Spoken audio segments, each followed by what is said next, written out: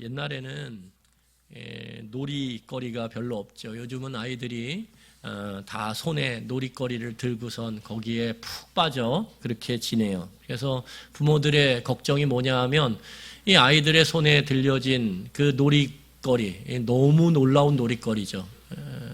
그 안에 수만 가지 놀이거리들이 그 안에 담겨져 있죠. 아이들이 거기에 한번 빠지면 헤어나오질 못해요. 그래서 아이들이 너무너무 이렇게 어딜 가든 그것만 있으면 아이들은 혼자 놀죠. 그런데 예전에는 그런 것들이 흔하지 않다 보니까 아이들이 다 놀려면 마을 공터로 몰려 나오죠. 그래서 아이들이 공터로 몰려 나와서 이제 놀게 되는데 그 당시에 놀 때는 땅을 많이 이용했어요. 땅바닥. 땅바닥. 그래서 아이들이 놀고 밤에 들어가면 다 거지예요. 왜냐하면 땅을 계속 땅에서 막 놀다 보니까 지저분해질 수밖에 없죠.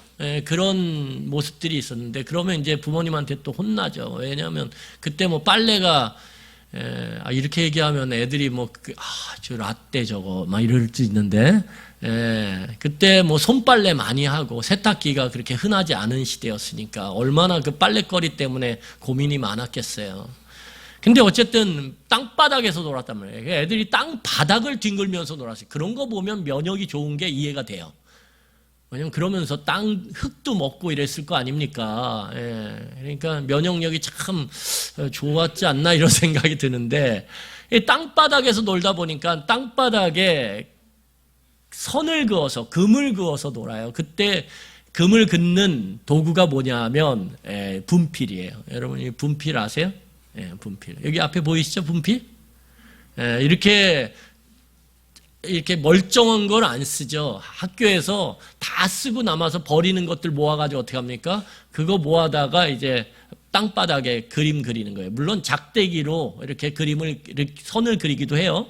그런데 이제 이렇게 조금 놀이의 품위를 갖겠다 이런 마음이 있으면 이제 이런 분필 조그매진 몽땅 분필을 갖고 하다가 안 되면 또 다른 색. 왜냐하면 그거 약간 작거든요. 그러니까 그렇게 해서 이제 그림을 그려요.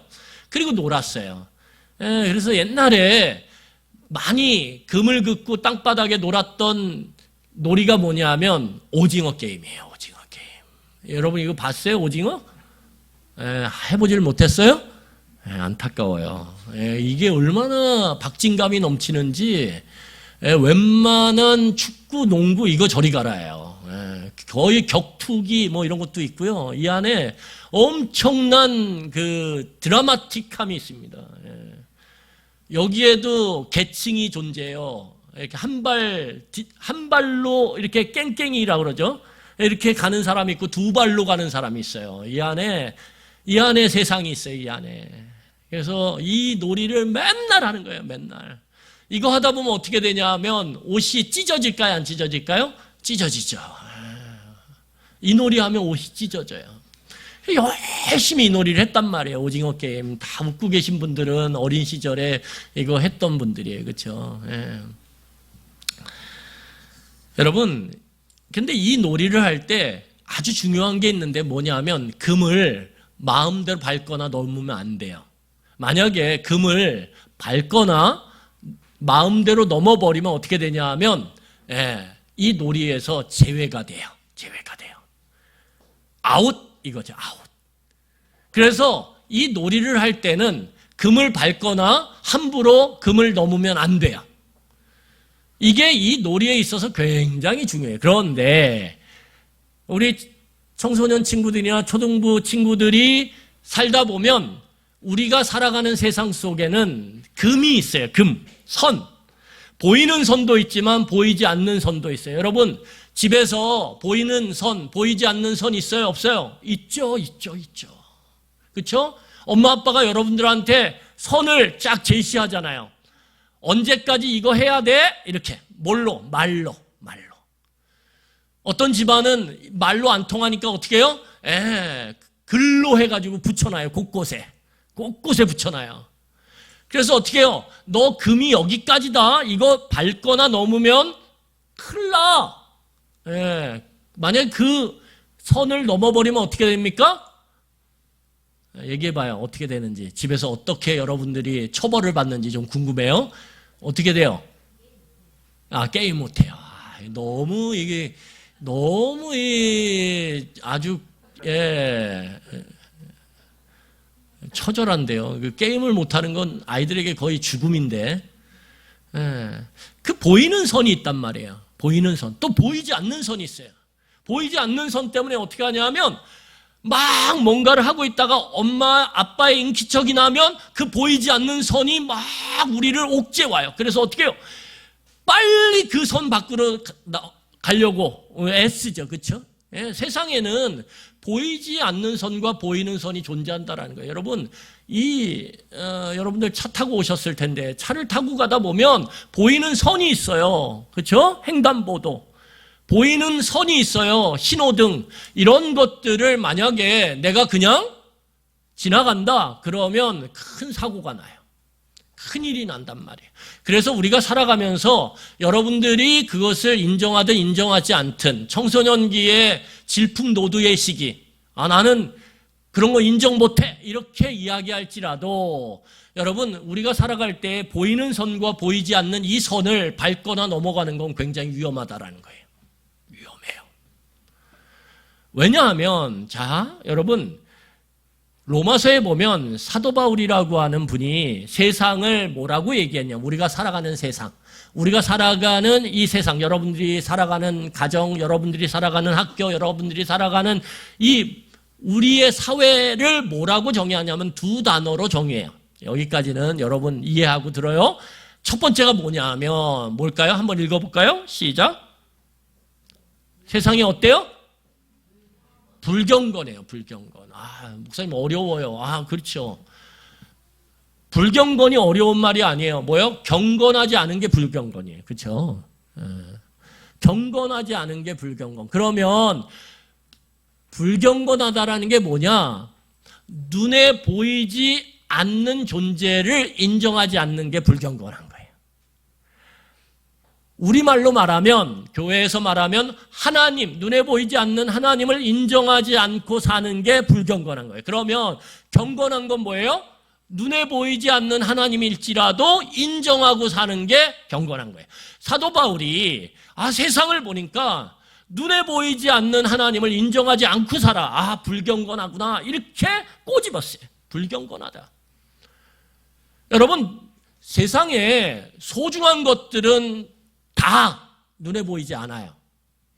눈에 보이지 않아요. 여러분 시계 없이 살 수 있어요, 없어요? 있죠. 시계 없이 살 수 있죠. 어려운 질문 할게요. 핸드폰 없이 살 수 있어요, 없어요? 살아보면 있어요. 얼마든지 살 수 있어요. 여러분, 살아보면 살 수 있어요. 왜냐하면 핸드폰을 놓는 순간에 다른 놀이거리들이 많이 생기거든요. 그거에 빠져서 살다 보면 살 수 있어요. 제 아내가 자주 보는 게 있어요. 그게 뭐냐면 오은영 박사가 상담해주는 금쪽이, 그 아이들 치료 프로그램인데 그거를 보다 보면 핸드폰에 빠져서 이거 막 엄마가 못하게 하려고 그러면 막 악을 쓰고 바둥바둥대고 밖에서 들으면 미쳤구나 제가 이렇게 느낄 정도로 그런 아이들이 숱해요. 그런데 다른 놀이거리를 주기 시작하니까 어때요? 핸드폰 없이도 막 너무 즐거운 거예요. 행복하고. 가능하다라는 거예요. 가능하다라는 거예요. 핸드폰 없이 살 수 있어요. 그런데 눈에 보이지 않는 공기 없이 살 수 있어요? 없어요? 없어요. 공기 없이는. 여러분, 우리가 살아가는 세상 가운데 너무너무 소중한 것들은 다 뭐냐면 눈에 보이지 않는 것들이에요.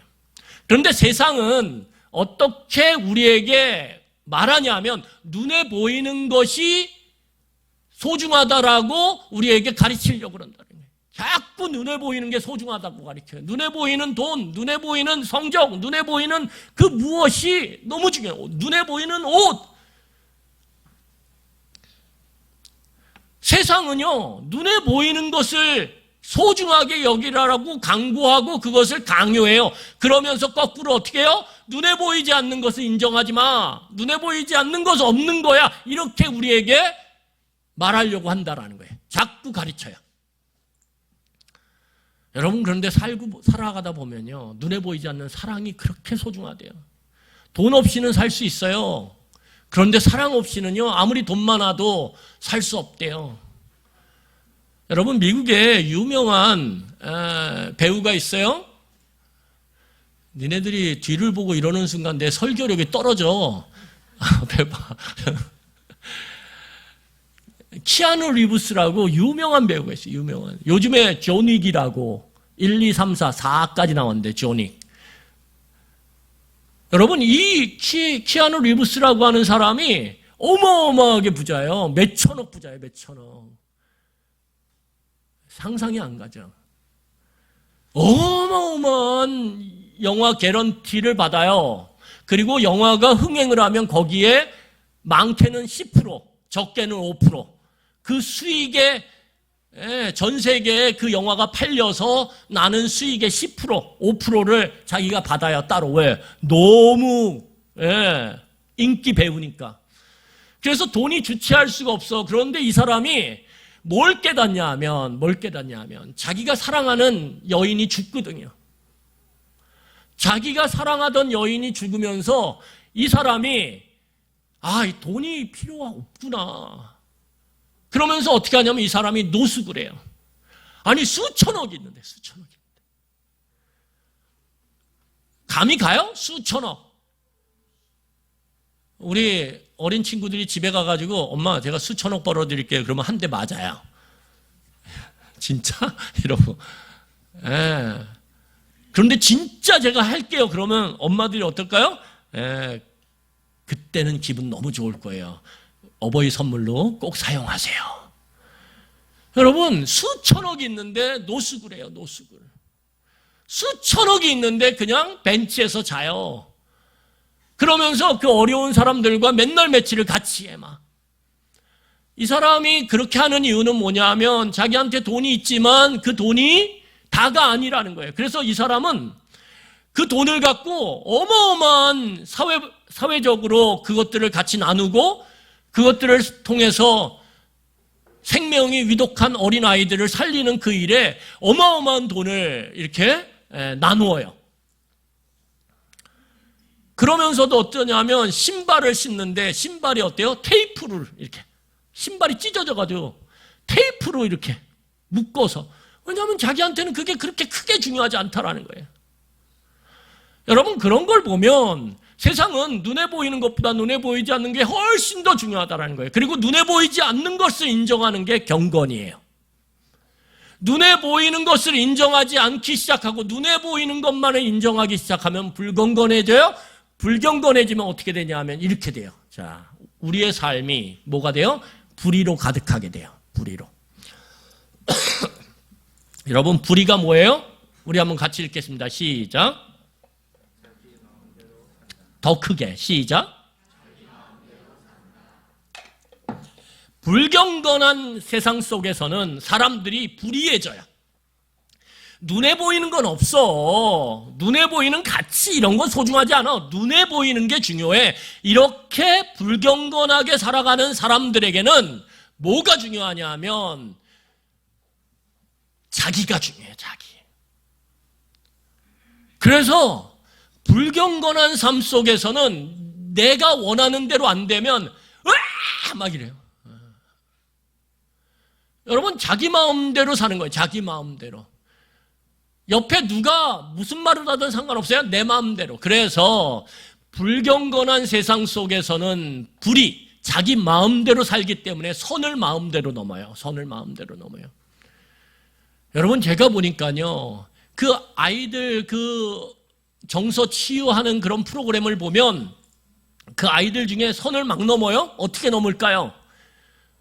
눈에 보이는 핸드폰을 뺏는 순간 그 아이가 눈에 보이는 게 없어요.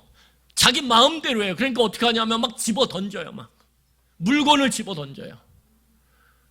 엄마나 자기를 양육하는 할머니를 향해서 손에 집히는 물건을 다 던져버려요. 여러분, 그게 뭐예요? 선을 넘는 거죠. 거기에 엄마 아빠는 없어요. 어른은 없어요. 내 마음대로예요. 내 마음. 내 마음에 내키는 대로 행동하고 말하죠. 그래서 그 엄마를 향해서, 할머니를 향해서 막 욕을 해요. 여러분 꼭 기억하세요. 하나님을 인정하지 않는 불경건한 삶을 우리가 살아갈 때 우리의 삶은 의가 아닌 불의, 내 마음대로의 삶을 살 수밖에 없어요. 내가 원하는 대로, 내가 하고 싶은 대로 그렇게 살 수밖에 없다라는 거예요. 이렇게 될 때 어떻게 해요? 우리는 수많은 보이는 선과 보이지 않는 선을 넘게 돼 있어요. 넘게 돼 있어요. 여러분, 하나님을 인정하지 않잖아요? 그러면 어떻게 됩니까? 자기 욕구대로 살아요. 자기 마음대로 살아요. 그러면 어떻게 되냐 하면 넘지 말아야 될 선을 넘어요. 보지 말아야 될 걸 봐요. 하지 말아야 될 일을 해요. 가지 말아야 될 곳을 가게 돼요. 선을 넘는 거예요. 선을. 마음대로 넘어요. 선을. 여러분, 오늘 성경을 보면 이 현상이 힘이 센 사람일수록 더 그래요. 여러분, 힘이 센 사람, 돈이 많은 사람, 많은 지식을 갖고 있는 사람, 많은 권력을 갖고 있는 사람일수록 하나님을 인정하지 않으면요, 어떻게 돼요? 자기 마음대로 살아요. 자기 돈 갖고요, 하고 싶은 대로 막 해요. 제가 깜짝 놀란 일이 있어요. 우리나라에 그 백신을 개발해서 너무 자수성가해서 사람들에게 아주 많은 영향력을 미치는 그러한 회사가 있어요. 그 회사의 사장, 오너가 있어요. 회장. 이 사람이 사람들 앞에 나와가지고 얼마나 멋지게 말하는지 몰라요. 자기가 밑바닥서부터 시작했는데 백신에 대해서, 약품에 대해서 하나도 몰랐는데, 왜? 전공이 아니에요. 그런데 자기가 이 백신을 개발하기 위해서 작은 회사 때부터 어떻게 해요? 회사에다가 간이 침대 놓고 거기서 자고 먹으면서 어떻게 했냐면 열심히 연구진들을 독려하며 그렇게 해왔다라는 거예요. 그래서 지금 우리나라에서 가장 큰 기업 중에 하나예요. 백신 기업 중에. 그리고 사람들한테 자기가 이렇게 살아왔다라고 막 자랑했어요. 그런데 얼마 전에 법적 소송이 일어났어요. 그런데 그 사람한테 다른 아내가 있고 그 다른 아내가 낳은 두 딸이 있는 거예요. 제가 그 기사, 그래서 소송전이 벌어졌어요. 법정에서. 여러분 깜짝 놀랐어요. 깜짝 놀랐어요. 여러분, 하나님이 있다라고 생각하면, 진짜 인정하면 자기가 아무리 마음에 다른 여자가 눈에 들어오고 예뻐 보여도 그 선을 넘겠어요? 넘을 수가 없어요. 근데 하나님을 인정하지 않아요. 그러면 내가 돈을 가지면 어떻게 될까요? 이 돈 가지고 내 마음에 원하는 대로 하고 싶은 일들을 얼마든지 할 수 있단 말이에요. 그러면 선을 넘게 돼 있단 말이에요.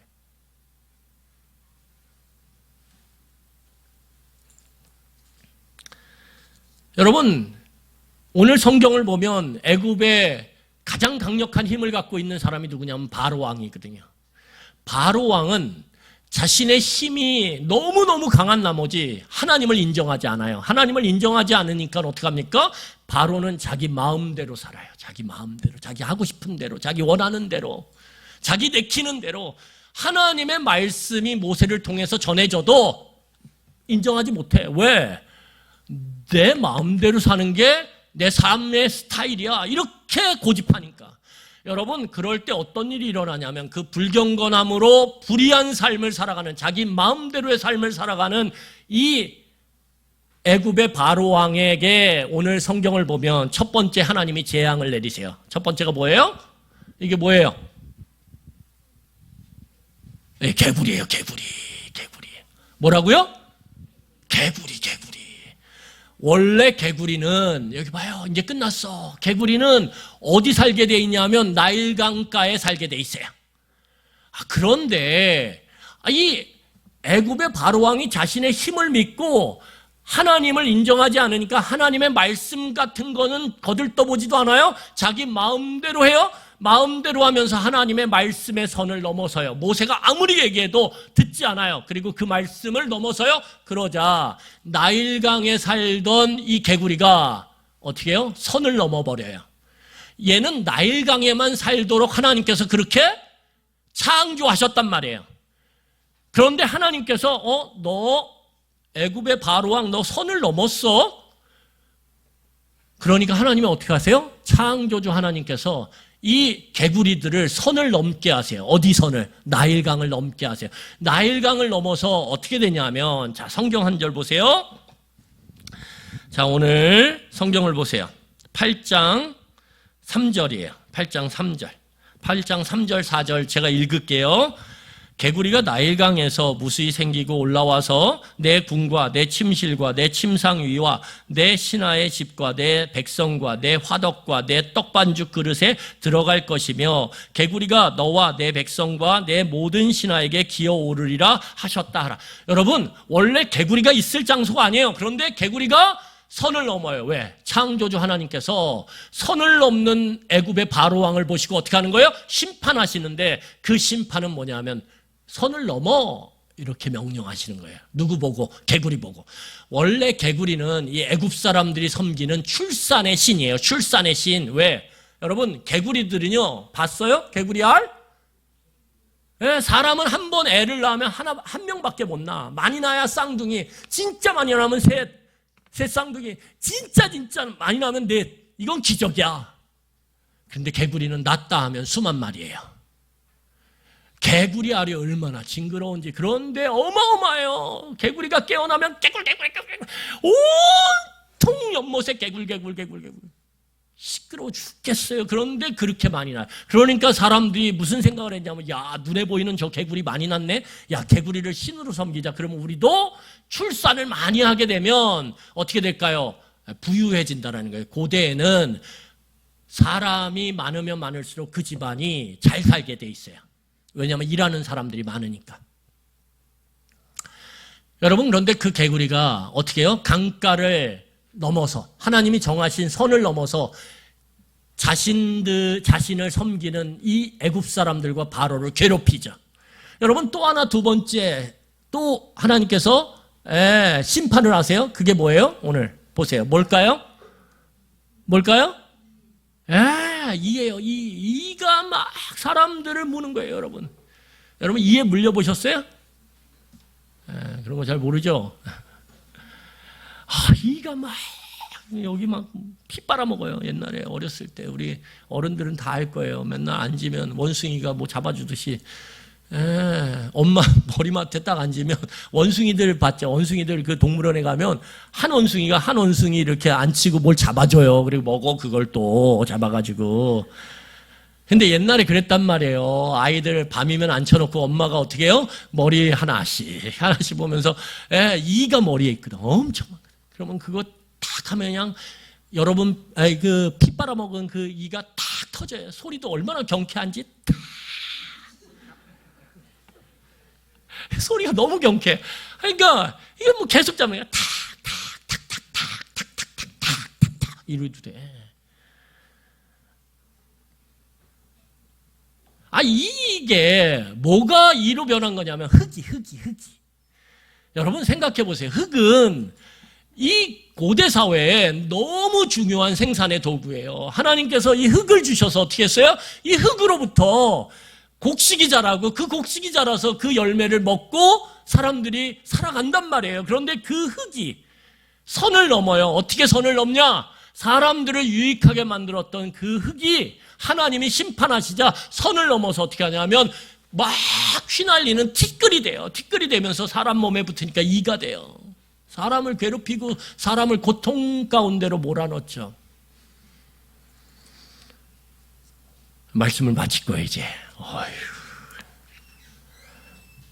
여러분, 우리가 길을 가다 보면 이런 표시가 있어요. 표시 봤어요? 한번 읽어볼까요? 시작. 뭐라고 써 있어요?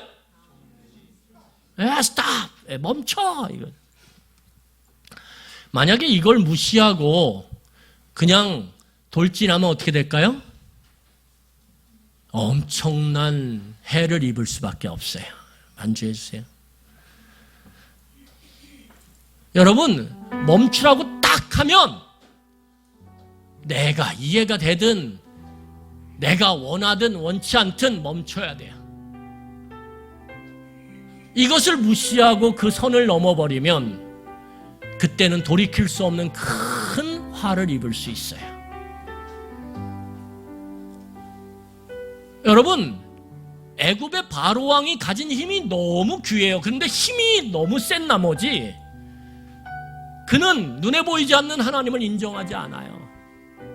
하나님을 인정하지 않으니까 자기 마음대로 살아요. 자기가 가진 힘만큼 마음대로 살아요. 자기가 가진 힘만큼 마음대로 사니까 선을 무지막지로 넘어버려요. 자기가 하고 싶은 일은 원하는 건 다 해요. 선을 넘어버리니까 어떻게 되냐 하면 하나님이 그 선을 넘어오셔서 심판하세요. 여러분 꼭 기억하세요. 눈에 보이는 선이든 보이지 않는 선이든 그 선을 넘는 순간 우리는 하나님의 그 징계 앞에서 예외가 될 수가 없어요.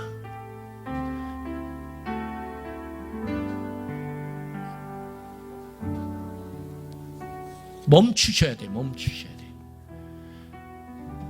이 선을 알기 위해서 말씀을 알아야 되는 거예요. 그래서 내가 어디서 멈춰야 될지를 알아야 돼요. 하나님의 말씀을 아는 것이 그래서 지혜예요.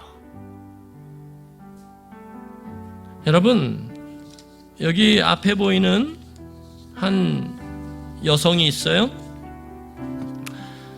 여러분들이 아마 들어서 잘 알 건데 지선아 사랑해라고 하는 책으로 우리에게 많은 감동을 줬던 인물이에요.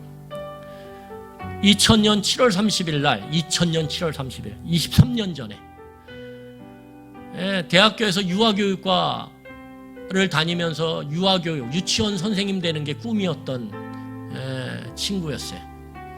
그런데 이 이지선이라고 하는 친구가 오빠가 운전하는 차를 타고 집으로 돌아가는 중에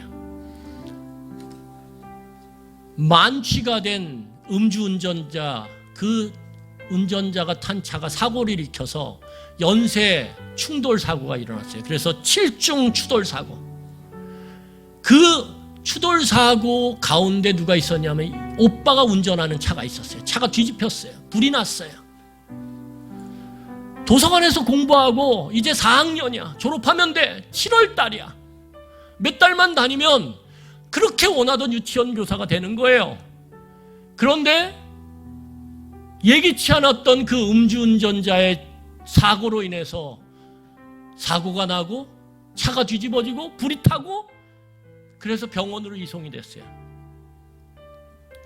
전신의 55%가 3도 화상이야. 그래가지고 의사가 뭐라 그랬냐 하면 오빠한테 이렇게 얘기했대요. 준비하세요. 살 수가 없어요. 이별을 준비하라고. 오빠는 멀쩡해. 지금 병원에 화상을 입고 누워있는 그 동생한테 의사가 작별 인사하라고. 살 수가 없다고. 여러분, 그런데 놀라운 것은 이 자매를 위해서 너무 많은 사람들이 기도하기 시작했어요. 일주일 만에 깨어났어요. 죽는다 그랬는데 일주일 만에 깨어났어요. 일주일 만에 딱 깨어나서 이 자매가 뭐라 그러냐면 일주일 만에 깨어나서 저한테 간호사가 처음 준 게 뭐냐면 물이야, 물. 일주일 동안 생사를 왔다 갔다 하면서 물을 한 모금을 마시지 못했어요. 그런데 일주일 만에 살 수 있다라고 하는 확인이 되자 간호사가 빨대로 물을 줬대. 근데 뭐라고 고백하냐면 그 물맛을 잊을 수가 없다고. 물이 그렇게 시원한지 자기는 처음 느꼈다고. 얼마나 물이 달든지 너무 감사했다고. 자기가 그 이후에 힘들고 어려울 때마다 포기하고 싶을 때마다 그 일주일 만에 생사의 기로에서 깨어나서 마셨던 그 물 한 모금이, 그 물맛이 기억이 나서 살아야 된다라고 하는 그런 마음이 꺾이질 않았다고. 여러분, 물맛 그거 뭐라고 그게.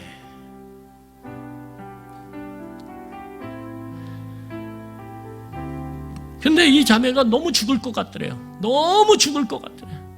지금까지 수술을 몇 차례 했냐면 40차례를 했어요. 이 엉덩이 살을 띄어서 화상 입은 데 붙이고, 이걸 40차례. 얼마 전에 23년 만에 2000년 7월 30일 날 사고가 났으니까 23년 만에 이 이지선 자매가 자기 모교의 사회복지학과 교수로 임용이 돼서 다시 돌아왔어요. 저는 이 사람의 인간 승리를 얘기하고 싶지 않아요. 제가 오늘 얘기하고 싶은 건 뭐냐 하면, 이 자매가 너무 힘들고 어려울 때는 그런 말을 했대요. 하나님한테 한 번은 따지고 싶다고. 내가 하나님한테는 한 번은 따지고 싶다고. 왜 나를 이렇게 만들었냐고. 그런데 그때 그 절망이 드는 순간, 여러분 생각해 보세요. 절망스럽죠. 40차례나 교수로 임용되기 전에, 올해 교수로 임용됐거든요. 임용되기 전에 얼굴에 이 화상 자국이요 땡겨요. 참을 수가 없어요. 그래서 엉덩이 살을 떼다가 또 수술을 해야 돼요. 교수 임용되기 전날, 며칠 전에 수술을 해야 된다라는 병원에서 통보를 받은 거예요. 에이, 어차피 수술 많이 한 거 또 하지 뭐. 그리고 수술하고선 올해 교수로, 자기 모교의 교수로 임용이 된 거예요. 이 자매의 고통은 여전히 현재 진행 중이에요. 현재 진행 중. 근데 제가 이 자매의 간증을 들으면서 그 안에서 발견한 게 있어요. 뭐라고 얘기하냐면, 이 자매가 이렇게 얘기해요. 죽을 것 같은데. 자기가 죽을 것 같은 적이 한두 번이 아니라 죽을 것 같은데, 정말 죽을 것 같은데, 그러면서 뭐라고 얘기하냐면, 뉴욕에서 공부를 했어요. 보스턴에서, 보스턴 대학에서 공부했어요. 근데 이 공부를 하면서 마라톤을 뛰게 됐어요. 근데 이 자매가 걷는 게요, 뛰는 게 아니에요. 걸어야 돼. 이렇게 애들 아장아장 걷는 것처럼 걷는 거밖에 못해요. 그런데 누가 뉴욕 마라톤 대회가 있으니까 우리 가서 출전해서 우리 하자고. 그래서 그냥 42.195km를 뛴 거예요. 걸은 거지, 걸은 거. 근데 중간에 포기하고 싶더래요. 근데 바리케이트가 딱 쳐져서 자기가 빠져나갈 수가 없는 거예요. 그래서 그냥 걸었대. 죽을 것 같더래요. 자기가 살아온 날들처럼 죽을 것 같더래. 그런데 30km쯤 넘어서는데 누가 플랜카드에다가 지선아 화이팅! 이렇게, 모르는 사람인데 이렇게 써서 자기를 응원하더래요. 그래서 자기가 그 응원을 받고 포기할 수가 없더래. 그래서 발을 질질 끌면서 마지막 42.195km를 다 완주를 한 거예요. 몇 시간 걸렸냐면 7시간 22분. 7시간 22분. 근데 그렇게 얘기하더라고요. 죽을 것 같았는데 견디니까 죽지는 않더라고요.